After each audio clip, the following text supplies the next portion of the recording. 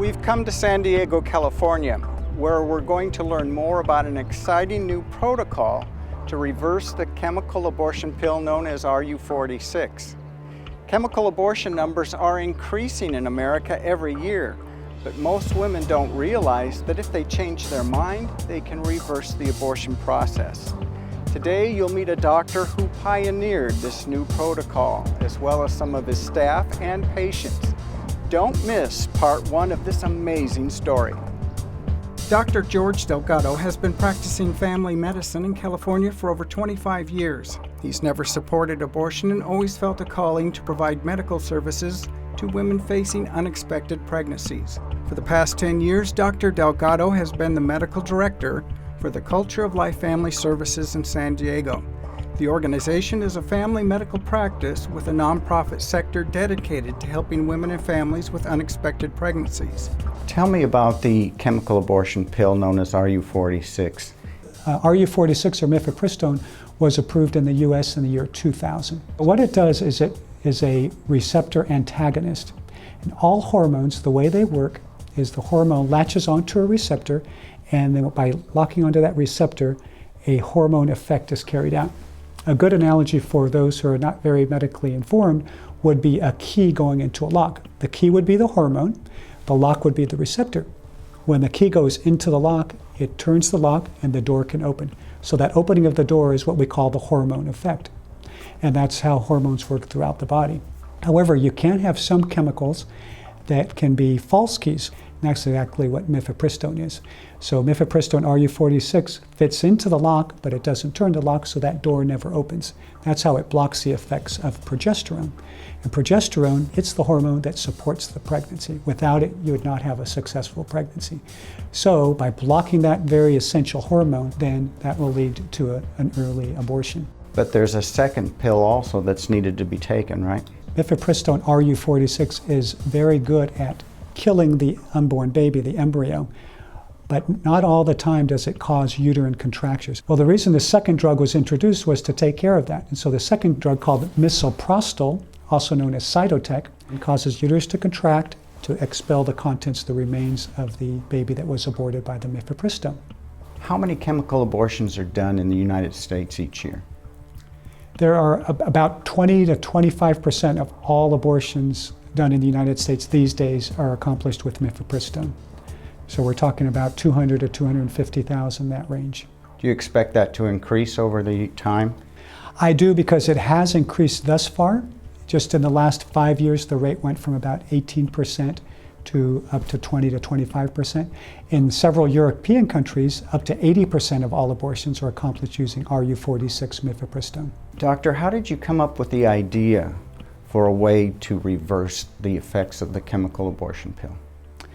Well, first let me tell you about the first person who had the idea, because we both have the idea independent of each other, but he actually did the very first reversal of mifepristone RU46, and that's Dr. Matthew Harrison, who's now our Associate Medical Director. Dr. Harrison, back in 2006-2007 in North Carolina, had a woman approach him who had taken RU46 and had changed her mind, and she was wondering if there's anything she could do to reverse it. So Dr. Harrison had had some experience using progesterone in pregnancy, and he paused and thought a moment and thought, well, if the progesterone is good for the pregnancy, and we know that the mifepristone blocks the progesterone, what if we give more progesterone to outcompete that mifepristone RU46? Maybe we could have success. And so he tried it, and it worked back in 2007. 2 years later, in 2009, I didn't have any knowledge of his reversal. He hadn't publicized it or published anything. Well, I got a similar call from a sidewalk counselor in Bakersfield, California, named Terry Palmquist. She got a call from a woman in El Paso, Texas, who had taken mifepristone RU46 and had changed her mind. She asked me the same question, can you help her? And I said, well, I've never heard about anybody trying to reverse mifepristone RU46, but I know how it works, and I had had a great deal of experience using progesterone in pregnancy to help women with threatened miscarriages. So I thought, what if I give more progesterone to outcompete the mifepristone? So I got on the internet and I found Dr. Jonalyn Bellacura in El Paso, Texas, and I knew that she had worked with women using progesterone. So I gave her a call and I told her how I thought we ought to give the progesterone. I mapped out a protocol for her and she agreed to do it. She treated the patient and the baby survived. How did you feel personally when you had your first success with this protocol? Well, it was a combination of elation and increased curiosity and just gratefulness. Because early on, we didn't know if this was going to work. It was doing whatever we could to help this woman who was so desperate and wanted help, and to help her unborn baby, to try to save that life. It was just fantastic to feel, to be blessed to be part of an effort like this that I knew was something brand new and that could have tremendous implications going here forward. In a moment, we'll learn how Dr. Delgado's medical pioneering led to the creation of abortionpillreversal.com and a 24-hour hotline.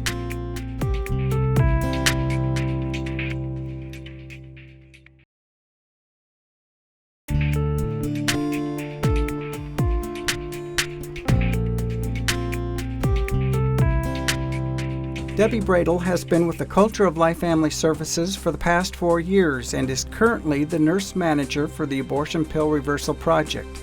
Debbie works side by side with Dr. Delgado to research and document the early abortion pill reversals. In December of 2012, Dr. Delgado published a case study in a peer-reviewed medical journal. The study followed 6 women from the reversal to delivery. There were 4 successful births with no complications and 2 miscarriages. Shortly after, they launched a website and 24-hour hotline to help women who regretted their decision to take the abortion pill.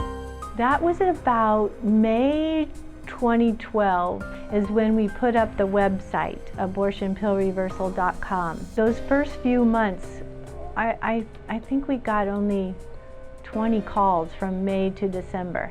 And then they've been steadily increasing ever since. We're at about 2 to 3 calls a day now.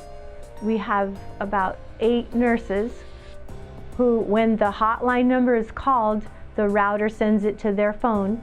So we're not all just sitting here in an office waiting for a call. We're doing our own nursing jobs or living our lives, but we have the phone on us when it's our shift. And we take a call at any time of the night or day from the patients calling us. Debbie, describe the average woman that calls the hotline. They usually call within 24 hours of taking the pill, and their usual first sentence is, "I found you online and I want to know what my chances are of being able to reverse the abortion. I regret taking the pill yesterday. What can you do to help me?" We ask a couple of questions like, tell me what you're going through now. What made you want to change your mind? Do you have support to go ahead and try to reverse? There'll be women who say, well, I read this and I read that, and so we'll need to explain more to them. They're kind of a little bit scared. And then there's the ones who will say, I don't care how far I have to drive or how much it costs. Tell me how to get to that doctor. I want to go now. After that discussion, we call that an informed consent discussion, which we think is critically important. Then we ask her, would you like to proceed with attempting to reverse the mifepristone RU46? If she says yes, then we go into our database and we find the closest doctor to where she is. Then the nurse calls that doctor and says, we have a patient who wants to reverse mifepristone. Can you give her some help? Our goal is to get the progesterone into the system within 24 hours of the ingestion of RU46 mifepristone. That's our goal. When the woman is connected to the doctor, initially she'll get a sonogram to confirm that the pregnancy is viable, then get the progesterone. Whether she gets a by mouth, by vagina, or by injection form of progesterone, she will get that as soon as possible, and then she will take it every day until the end of her first trimester. And then she's well on her way and she's just treated like any other pregnant patient? Yes. If the progesterone fails, then she will usually miscarry right around 2 weeks. The most common question Debbie and Dr. Delgado get is if there will be any complications to the baby. Debbie has found that many abortion facilities have told young women that taking the first pill but not the second will cause deformities and complications for the baby. But Debbie is quick to assure women that this isn't necessarily true. In the ACOG statement, March 2014, the practice bulletin, it says mifepristone is not associated with teratogenicity, Which means, birth defects. what is the percent of increase in fetal deformity with the second drug? 4 to 12%. The general population birth defect rate is 2 to 3%. We have found no serious risks at all. Thus far in all the deliveries that have resulted from this, there have not been any major birth defects. The only defect has been something called a port wine stain, which is a vascular marking or a birthmark on the baby. All the other babies have been perfectly healthy, born at term. None of the women who are pregnant now appear to have any problems. Most of the women, though, we see the vast majority, probably not 90–95%, though, have not taken the misoprostol. We don't have a way to reverse the misoprostol, so they usually come to us in between the two drugs. And this, unfortunately, is in contradiction to what many women have been told at these abortion centers. They've typically been told when they call back saying, I want to reverse the mifepristone, can you help me? They say, oh, your baby's sure to have birth defects. So these clinic workers either are not being forthright or they're not reading the medical literature and giving the good information that they should be giving them. How does it feel when a baby is born successfully after you've been able to reverse the abortion? Well, if we had a bell in here or something, I would want to ring it every time. I usually text all the nurses and say, so-and-so had her baby, and I have pictures of almost all of them on my computer, and it is just a glorious feeling. When we return, we'll meet one of Dr. Delgado's first abortion pill reversal patients.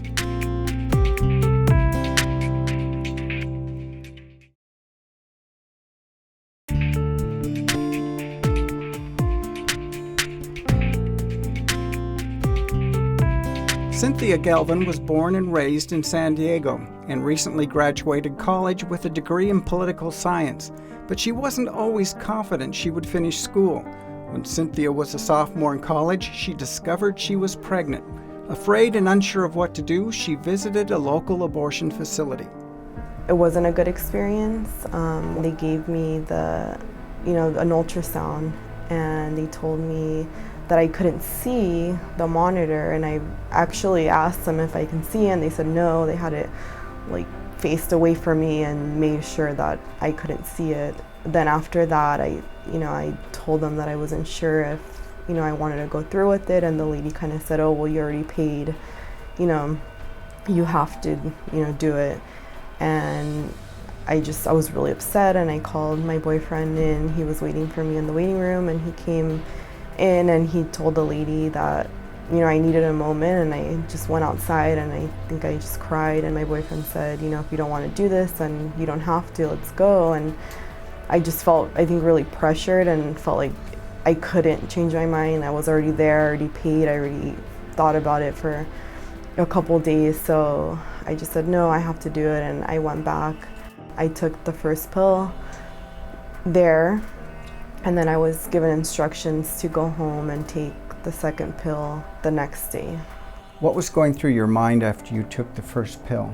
Part of me knew that it wasn't right, but I was just, I think, trying to block that out of my mind and just tell myself, it's just a pill, and I just, took it, and tomorrow I'm going to take the next one, and then I can move on with my life.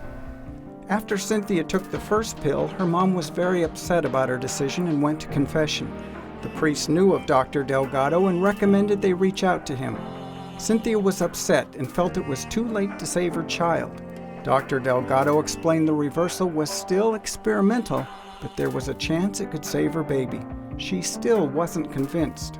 Cynthia called Planned Parenthood, and they told her she had already made her decision and her baby would have defects if she chose to reverse at this stage. But at the last moment, she couldn't go through with taking the second pill.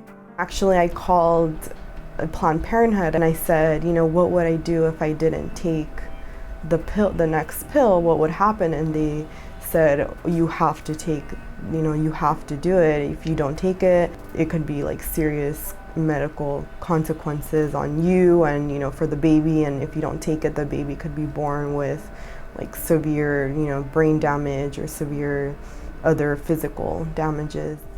Cynthia, you came very close to taking that second pill. What changed your mind? I just knew I think deep down inside that it wasn't the right thing to do, and I think I just knew that I was really gonna regret it. And you know, I had the pill, and actually at one point I put it in my mouth and I spit it out because my heart was just racing, and after hearing that there might be a little chance that there was something that I could do to save my baby, I think deep down inside I knew that I had to try. After much debate, Cynthia finally chose to meet Dr. Delgado to try the new reversal procedure. You know, I ended up coming and checking it out with him on the Saturday, and his wife was here, and you know, they were great and very supportive, and you know, they just said, we just want to see if the baby's still alive, if there's even, you know, a chance that we can do something. You know, they did the ultrasound, and we were, you know, in tears when we saw that the heart was still beating. And what went through your mind when you saw and heard that heartbeat? I just couldn't believe it. I mean, I just thought, like, there's no way that it's still gonna be alive. And I remember my boyfriend just saying, you know, I know that the baby's still gonna be alive. I know it. I was just really emotional and just really happy. Tell me about your son's birth, and what was it like when you first held him in your hands? Oh, it was just surreal, I think. The most amazing feeling ever. And just the nurse actually that was helping deliver the baby, she came up to me and she told me that my son was born in a praying position with his arms like that. And she was actually in tears, and she told me that she has never seen that in the 20 years that she's been a nurse. And she, you know, she didn't even know this whole story and what, you know, what my son and me went through. And she, you know, it was amazing, and I think I just broke down in tears, and I was just like so overwhelmed, and it was amazing. It was really powerful feeling. Coming up, we'll hear advice for women who may think it's too late to reverse the effects of the abortion pill.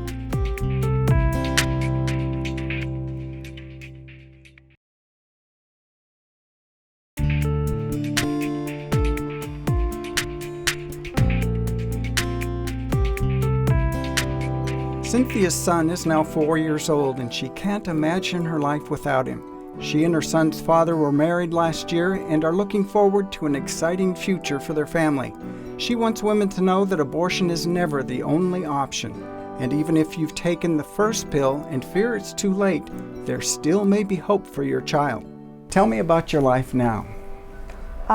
It's great. I mean, I have my son, and he's the most important thing in my life, and he just turned 4, and he's just such a blessing. And you know, I just recently got married. It's just great to have my family, and we're just always so grateful that we made that decision and that we kept our son, because he is, I mean, he's the center of our world. And maybe 4 short years ago, you probably didn't think your life was going to turn out this well, did you? You know, I thought I was going to have to drop out of school, and I just felt like, you know, I'm just going to not ever, you know, accomplish what I wanted to accomplish. And it's great to just have so much support from, you know, my husband and my family, and my son is so loved, and it's so great to see that. So if there's a woman watching this program right now, and she's contemplating whether or not to have an abortion, you have an opportunity to talk to her. Well, what do you want to tell her? Just because you're in the situation now doesn't mean that the situation's gonna always be like this, and you know, things get better. And I know that there's a lot of women out there that, you know, might not have so much support from their family, but from what I've seen from other women that I've talked to that have been, you know, going through this, is that their family, you know, ends up coming around, and you know, it's really beautiful, and it can really actually unite, you know, family members together. And I would just tell women to just, you know, not do it. And it's a person, and even though, you know, a lot of times just because we can't see it or we can't touch it, it doesn't feel like it's real or like a baby, but it is still a baby, and it has a heartbeat, and it deserves to live. The little gift of the baby inside of you, it's not his fault. It's a gift from God that he was created. Let someone help you figure out how to solve the problems. You have 9 months to figure it out, and you will not have to live with the regret of abortion. Many times those of you in that position who are considering having an abortion feel a great sense of hopelessness. I think many times they feel like they're boxed in a corner and there's only one way out. And so the message I would have for anyone out there is hope. There are people who are very interested in helping both you and your unborn baby. You don't have to make that choice of sacrificing your baby in order to continuing on and to get out of this predicament that you're in. That you can solve your predicament and save your baby at the same time. And you will be much better off if you do that, because certainly the abortion we know kills the life of the unborn baby, but it emotionally and spiritually scars the woman who has that abortion. You don't have to do it. There are other much better ways to get out of this situation that will make you feel much stronger, much more empowered, and much more whole and complete and healthy if you choose life.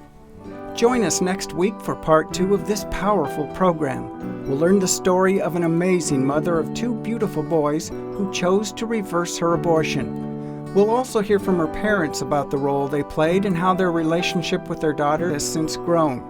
And we'll learn about the continued success of the abortion pill reversal process and how Dr. Delgado is responding to criticism from pro-abortion activists. You won't want to miss it.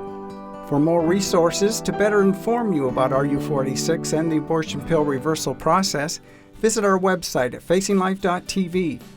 While there, find out how you can order a copy of this special 2-part episode on DVD and Blu-ray to share with others.